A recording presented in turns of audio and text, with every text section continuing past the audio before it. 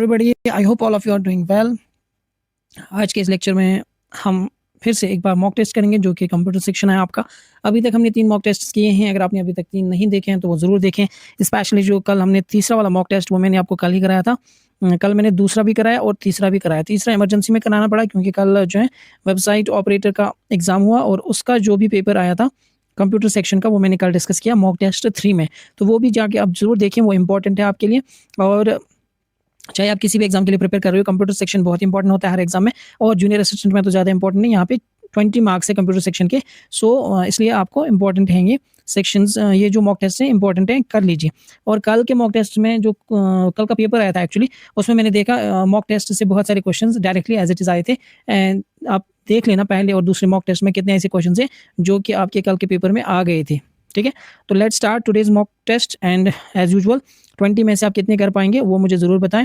उससे पता चलता है कि आपकी जो है प्रिपरेशन कहाँ तक है। तो एक बार फिर से वही रिक्वेस्ट रहेगी, सब्सक्राइब जरूर करें और अपने दोस्तों के साथ शेयर जरूर करें। Let's start with the first question. Here you have the first question. Which part of a web browser is responsible for interpreting HTML code and displaying the visual web page? कौन सा part होता है web browser का जो कि responsible होता है for interpreting HTML code? आपको पता है जो भी हमारे वेब पेजेस होते हैं वो हम HTML कोड, पहले HTML कोड से बनता है वो, और उस HTML कोड को फिर इंटरप्रेट करने का काम जो होता है वो किसके पास होता है? सर्च इंजन के पास, रेंडरिंग इंजन के पास, जावास्क्रिप्ट इंजन या नेटवर्क लेयर? फटाफट से आप इसका आंसर कीजिए।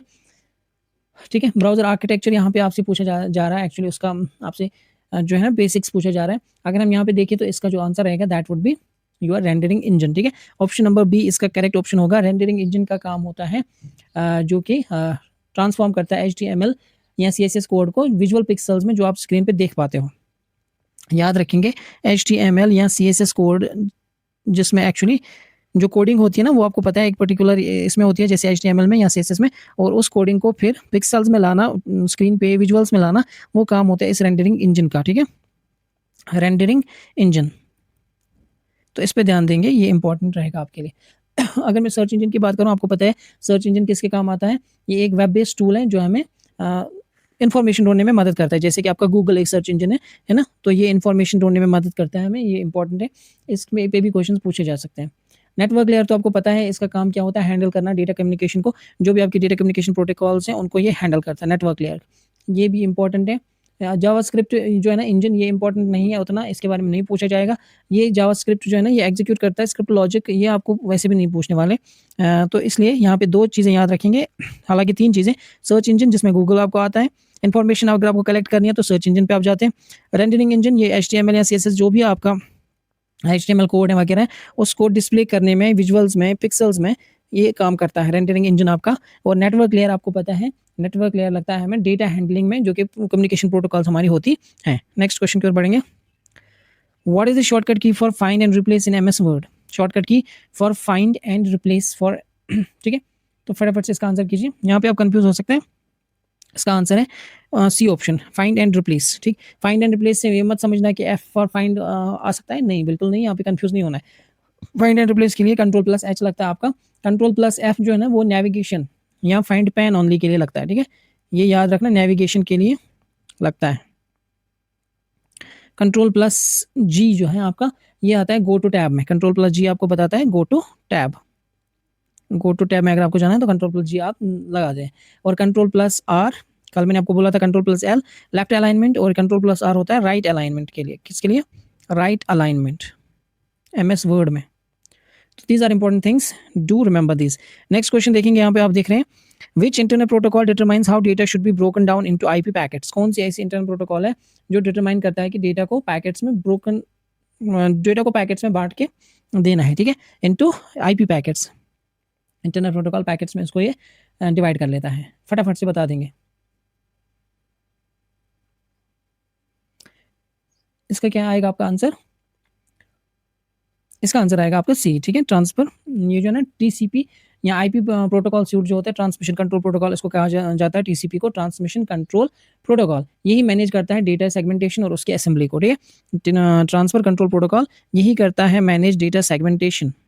डेटा सेगमेंटेशन इसको याद रखना है, इंपॉर्टेंट है, ये पूछा जाएगा। डेटा सेगमेंटेशन तो याद रखेंगे, TCP बहुत इंपॉर्टेंट है, यही कंट्रोल करता है डेटा सेगमेंटेशन, और इसको सबसे इंपॉर्टेंट चीज़ ये याद रखनी है कि यही जो है ना हमारा डेटा कैसे किस तरह से ब्रेक डाउन किया जाएगा और आईपी पैकेट्स में उसको बदला जाएगा, इसी का काम होता है।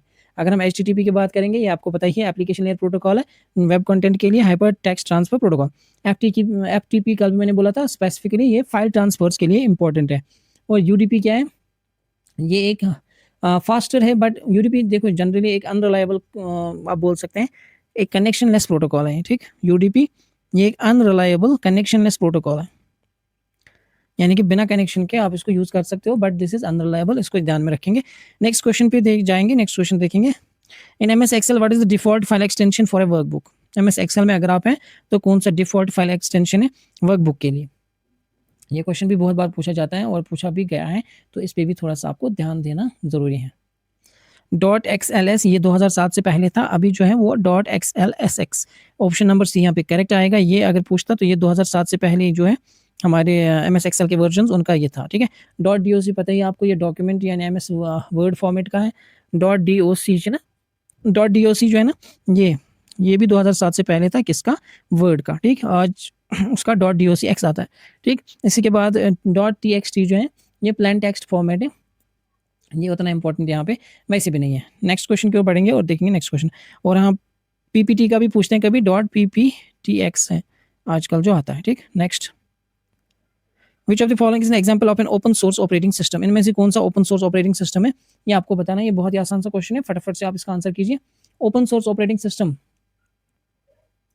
ओपन सोर्स का मतलब क्या होता है, जिसका सोर्स कोड जो होता है वो पब्लिक होता है और उसको कोई भी मॉडिफाई कर सकता है, मॉडिफाइबल। ठीक है, इसको याद रखना है। ओपन सोर्स होता है, इसका जो भी सोर्स कोड होता है दैट्स ऑलवेज पब्लिक और उसको कोई भी मॉडिफाई कर सकता है, इसलिए ओपन सोर्स पे क्वेश्चन अक्सर पूछते हैं। लाइन एक्स यहाँ पे जो है ये ओपन सोर्स है, इसको ध्यान में रखना है।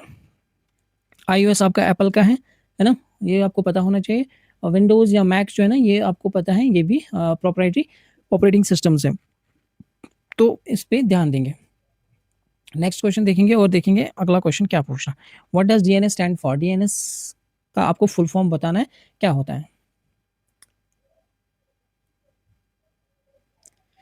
DNS domain name system. ठीक है, तो डोमेन नेम सिस्टम है ये, इसको याद रखना है, डोमेन नेम सिस्टम। तो इसका पहला ही ये जो है इसका करेक्ट ऑप्शन रहेगा, option number A, domain name system. अब ये डोमेन नेम सिस्टम क्या करता है, देखो डोमेन नेम सिस्टम हमेशा याद रखना, यही ट्रांसलेट करता है जो भी आपके यूआरएल होते हैं ना, जो हम यूआरएल देते हैं, जैसे www.google.com, आपने वो यूआरएल डाल दिया और उसको पहले इसको मशीन लैंग्वेज में कन्वर्ट करना है, यानी कि जो आपका आईपी एड्रेस होता है ना, रीडेबल आईपी एड्रेस, क्योंकि जो कंप्यूटर होता है वो आपका यूआरएल नहीं समझता, वो इसको ये जो यूआरएल है पहले मशीन रीडेबल कोड में इसको कन्वर्ट करना पड़ेगा, जिसको हम आईपी एड्रेस बोलते हैं। और वो आईपी एड्रेस जो कन्वर्ट हो गया तो उसके बाद कंप्यूटर आपकी इंस्ट्रक्शन समझता है, तो यही ये करता है, ये आपका यूआरएल जो है ना उसको मशीन रीडेबल आईपी एड्रेस में कन्वर्ट कर देता है। डोमेन नेम सिस्टम जो डीएनएस है ये काम करता है, इसको याद रखना है, इंपॉर्टेंट है।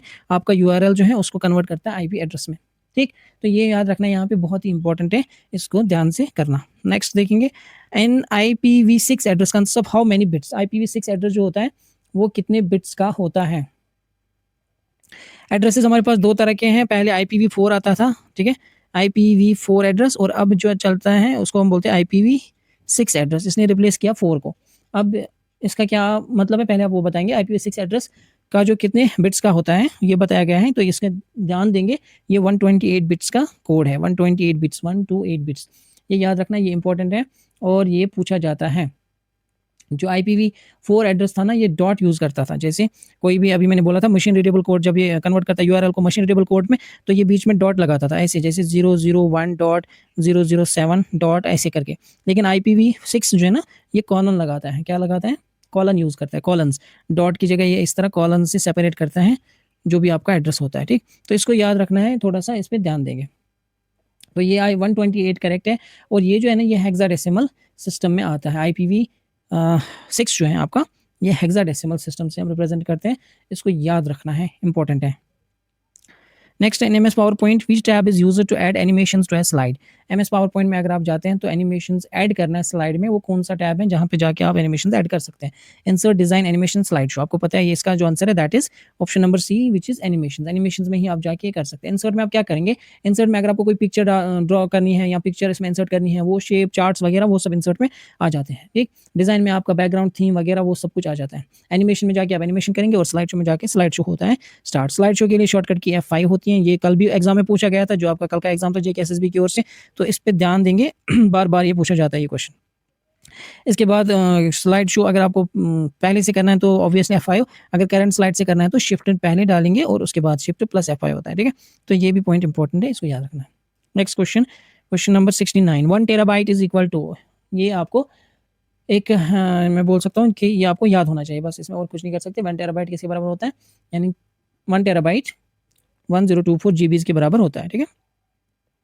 तो कल मैंने बोला था आपको केबी पहले आप याद रखेंगे, केबी से बड़ा आता है एमबी, एमबी से बड़ा आता है जीबी और जीबी के बाद आता है TB, terabyte, kilobyte, megabyte, gigabyte, terabyte, ठीक है? इसको याद रखना है, इंपॉर्टेंट है। नेक्स्ट क्वेश्चन देखेंगे। नेक्स्ट क्वेश्चन है आपका, which of the following is used to browse the internet, इनमें से कौन सा यूज किया जाता है इंटरनेट को ब्राउज करने के लिए? MS word obviously not, MS word क्या है आपका एप्लीकेशन, एक सॉफ्टवेयर है, तो इसको नहीं यूज करेंगे आप। Windows explorer, notepad, Google Chrome, यहाँ पे देखो करेक्ट तो यहाँ पे गूगल क्रोम होगा क्योंकि ये एक पॉपुलर वेब ब्राउजर है। अगर मैं विंडोज एक्सप्लोरर की बात करूँ तो ये आपका यूटिलिटी ब्राउजर है, ठीक है? फाइल मैनेजमेंट यूटिलिटी ब्राउजर, तो विंडोज एक्सप्लोरर यहाँ पे नहीं आएगा, यहाँ पे गूगल क्रोम है जो कि राइट होगा इसका, ठीक है? नोटपैड भी हमें लगता है नोट्स अगर आपको लेने हैं, सिंपल टेक्स्ट एडिटर जो होता है वहाँ से आप नोट्स वगैरह ले लेते हैं उस पर। नेक्स्ट क्वेश्चन देखेंगे, question number 71, what is the maximum number of rows in an MS Excel 2010 worksheet? ये मैंने कल भी बोला था, मैक्सिमम नंबर ऑफ रोज कितने होते हैं एक्सेल वर्कशीट में। आई थिंक मैंने कल भी ये बोला था जब मैंने कहा था कि सेल्स को हम कैसे निकाल सकते हैं, नंबर ऑफ सेल्स कितनी है।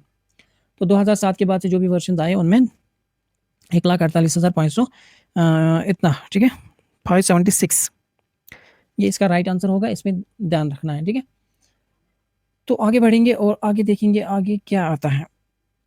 ये जो है 16,000 ये आपके कॉलम्स होते हैं, ठीक? इसको भी ध्यान रखना है। नेक्स्ट क्वेश्चन है, विच protocol is used for secure communication over the internet? कल भी सिक्योर कम्युनिकेशन पे क्वेश्चन आया था, इस पे भी ध्यान रखना है। तो यहाँ पे आपका कौन सा प्रोटोकॉल यूज किया जाएगा? HTTPS है ना, hyper text transfer protocol secure, S for here is secure, तो इसको याद रखना है। और ये जो सिक्योर यूज क्या करेगा, जो कल पूछा गया था SSL और TLS, कल ये पूछा गया था, कल वहाँ पे ऑप्शन में डायरेक्ट ये दिया गया था कि सिक्योर करने के लिए कौन सा यूज़ किया जाता है, तो SSL TLS कल पूछा गया था। ईमेल अगर आप सेंड करते हैं तो उसको सिक्योर ट्रांसमिशन सिक्योरली वहाँ पे पहुँचाने के लिए क्या यूज़ किया जाता है, तो वहाँ पे ये यूज़ किया जाता था इंक्रिप्शन के लिए, जो कि वेब सिक्योरिटी प्रोटोकॉल्स हैं, SSL TLS यूज़ किया जाता है इसमें, इस पर ध्यान देंगे, ठीक है? ये बहुत ही इंपॉर्टेंट है, बहुत बार पूछा जाता है। SMTP भी काफ़ी बार पूछा गया है, ये हम मेल अगर सेंड करनी होगी तब यूज़ होता है, simple mail transfer protocol, sending mails, ठीक है? सेंडिंग मेल्स, मेल से काफ़ी क्वेश्चंस आते हैं। और पहली बार ईमेल किसने इन्वेंट की थी? रे टॉमिल्सन, ठीक है? तो थोड़ा सा इन बातों पे आप गौर करेंगे। Question number 73, which of the following is the type of secondary storage, इनमें से कौन सा सेकेंडरी स्टोरेज का टाइप है? ये क्वेश्चन मैं आपको डालता हूँ। क्वेश्चन नंबर 73 का आप मुझे कमेंट्स में आंसर कर देंगे, क्योंकि ये बार बार हम पढ़ते आ रहे हैं और पढ़ा भी हमने ये, ठीक? Question number 74, which of the following is not an example of an email service provider, इनमें से कौन सा है जो कि ईमेल सर्विस प्रोवाइडर नहीं है? Outlook, Gmail, Yandex, none of these. देखिए आउटलुक भी ईमेल सर्विस प्रोवाइडर है आपका, जीमेल भी है, येंडेक्स भी है, तो इसका correct option would be D option, क्योंकि ये सारे ईमेल प्रोवाइडर्स हैं, ठीक है? इसको इंपॉर्टेंट है, याद रखना है। येंडेक्स जो है ना, ये एक रशियन ईमेल प्रोवाइडर है, आप ऐसा समझ सकते हैं। जीमेल तो आपको पता ही है, ये गूगल का है और माइक्रोसॉफ्ट का है आउटलुक, ठीक है? ये माइक्रोसॉफ्ट का है, ये गूगल का है, येंडेक्स रशियन है, ठीक? तो इसको इंपॉर्टेंट है, इसको याद रखना। The binary system uses how many digits, binary system कितने डिजिट्स यूज करता है, ये आपको समझ आ जाना चाहिए। बी फॉर बाइनरी, तो इसमें बेस क्या होता है? एक्चुअली 2 होता है, तो option C would be the correct option, ये आपको याद रखना है ना? डेसिमल सिस्टम में हम 10 लेते हैं, अगर डेसिमल सिस्टम का पूछे तो 10 और बाइनरी का 2 आता है। हेक्साडेसिमल में आपको पता है 16 डिजिट्स आते हैं। 8 अगर होगा तो ऑक्टल आता है, 8 फॉर ऑक्टल सिस्टम, ये आपको पता होना चाहिए। और 16 होता है hexadecimal system, hexadecimal system. Binary है तो 2, बाइनरी मतलब 2, ठीक? तो ये आपको याद रखने हैं। Next question is question number 76 which of the following is considered the slowest type of internet connection. इनमें से कौन सा है जो कि slowest type of internet connection है? इसका आंसर फटाफट कर देंगे। Broadband, dial up, wifi, fibre optic. Fibre optic तो सबसे तेज है, यहाँ पे वाईफाई भी ठीक ठाक रहता है, ब्रॉडबैंड भी अच्छा है, डायल अप जो है सबसे स्लोएस्ट होता है। ठीक, ब्रॉडबैंड जो ना ये इसमें सबसे स्लोएस्ट होता है। और अगर हम देखेंगे फास्टेस्ट टेक्नोलॉजी में आता है आपका फाइबर ऑप्टिक, है ना, इसको याद रखना है। www stands for question number 77। ठीक, ये आप मुझे कमेंट्स में बोल सकते हैं। www stands for world wide. ठीक है, बाकी आप बता देंगे। Question number 78 in MS Excel which symbol is used to start a formula. कल भी ये क्वेश्चन एज इट इज आया था। ठीक है, आप यकीन नहीं करेंगे, मैंने ये जो मॉक टेस्ट सीरीज है ना, आज से 10 दिन पहले बनाई है और मैंने ये क्वेश्चन इसमें रिप्लेस नहीं किया है, ये एज इट इज़ है और कल क्वेश्चन एज इट इज़ आया था। ठीक, तो थोड़ा सा यहाँ पे ऑप्शंस में शायद चेंज था, एक जगह कुछ और ऑप्शन था, लेकिन बाकी ऐसा ही क्वेश्चन था। क्वेश्चन इसी तरह से पूछा गया था। तो ये मॉक टेस्ट सीरीज मैंने आज से 10 दिन पहले बनाई थी। तो यहाँ पे देखेंगे, यहाँ पे ऑप्शन नंबर सी। ठीक है, तो कहने का मतलब यह है कि अगर आप मॉक टेस्ट करते हैं तो उससे काफ़ी ज़्यादा फायदा होता है। ठीक है ना, फुल लेंथ मॉक टेस्ट भी अवेलेबल है। और जैसे ही हम ये कंप्यूटर के हम 5 मॉक टेस्ट करेंगे, ये आज 4th है, अगला जो होगा 5th वाला वो कल करेंगे और वो हार्डेस्ट होगा इन सब में से। कल मैं देखूंगा कितने आप कर पाते हैं, क्योंकि कल आपका रियल टेस्ट होगा मॉक टेस्ट में। Question number 79। और हाँ, full length mock test series अगर किसी को चाहिए तो वो यहाँ इस नंबर पे मुझे कॉन्टैक्ट कर सकता है, नंबर यहाँ पे दिया गया है। Next is which of the following is not a search engine. इनमें से कौन सा सर्च इंजन नहीं है, not a search engine? Obviously Google है, बिंग है, याहू है, व्हाट्सएप नहीं है। ठीक है, नॉट ए सर्च इंजन में व्हाट्सएप ही आएगा। Okay, which hardware component is necessary to connect a computer to the internet. ये अच्छा खासा क्वेश्चन है। कौन सा हार्डवेयर कंपोनेंट जरूरी है इंटरनेट से कनेक्ट करने के लिए? अगर आपका कंप्यूटर को कनेक्ट करना है तो ऑब्वियसली मॉड्यूम जो होता है मॉडेम, मॉड्यूलेटर और डीमॉड्यूलेटर, ये इंपॉर्टेंट है। ये आपको यहाँ पे इसका आंसर आएगा। तो ये हो गया आज के 20 क्वेश्चन। आपने 20 में से कितने किए ये आप मुझे ज़रूर बताएंगे और मिलेंगे आपसे अगले लेक्चर में। तब तक के लिए आप सब्सक्राइब करते रहें। और अगर आपको पीडीएफ चाहिए तो पीडीएफ टेलीग्राम पे आती है, टेलीग्राम का लिंक इसमें दिया होगा, वहाँ पे जाके आप ज्वाइन कर सकते हैं। और एक और बात कि full length test series available है, पूरे 80 क्वेश्चंस की फुल लेंथ टेस्ट सीरीज जो है ना अवेलेबल हैं। तो उसमें 10 टेस्ट्स हैं, तो अगर आप करना चाहेंगे तो आप कर सकते हैं एट अ मिनिमल रेट, और वो भी पीडीएफ फॉर्मेट में ही आपको मिल जाएगा। तो उसका भी आपको टेंशन नहीं लेना है। और अपने दोस्तों के साथ शेयर ज़रूर करें। और कल फाइनल टेस्ट होगा आपका मॉक टेस्ट, इसका जो आपका जूनियर असिस्टेंट है। उसके बाद हम शिफ्ट करेंगे या तो इंग्लिश पे या तो एप्टीट्यूड और रीजनिंग पे। अब किस पे शिफ्ट करना है ये आप मुझे बताएंगे, कौन सा पहले, इंग्लिश या एप्टीट्यूड और रीजनिंग, तो उसी अकॉर्डिंग हम जाएंगे। थैंक यू फॉर वॉचिंग, मिलेंगे अगले लेक्चर में। थैंक्स।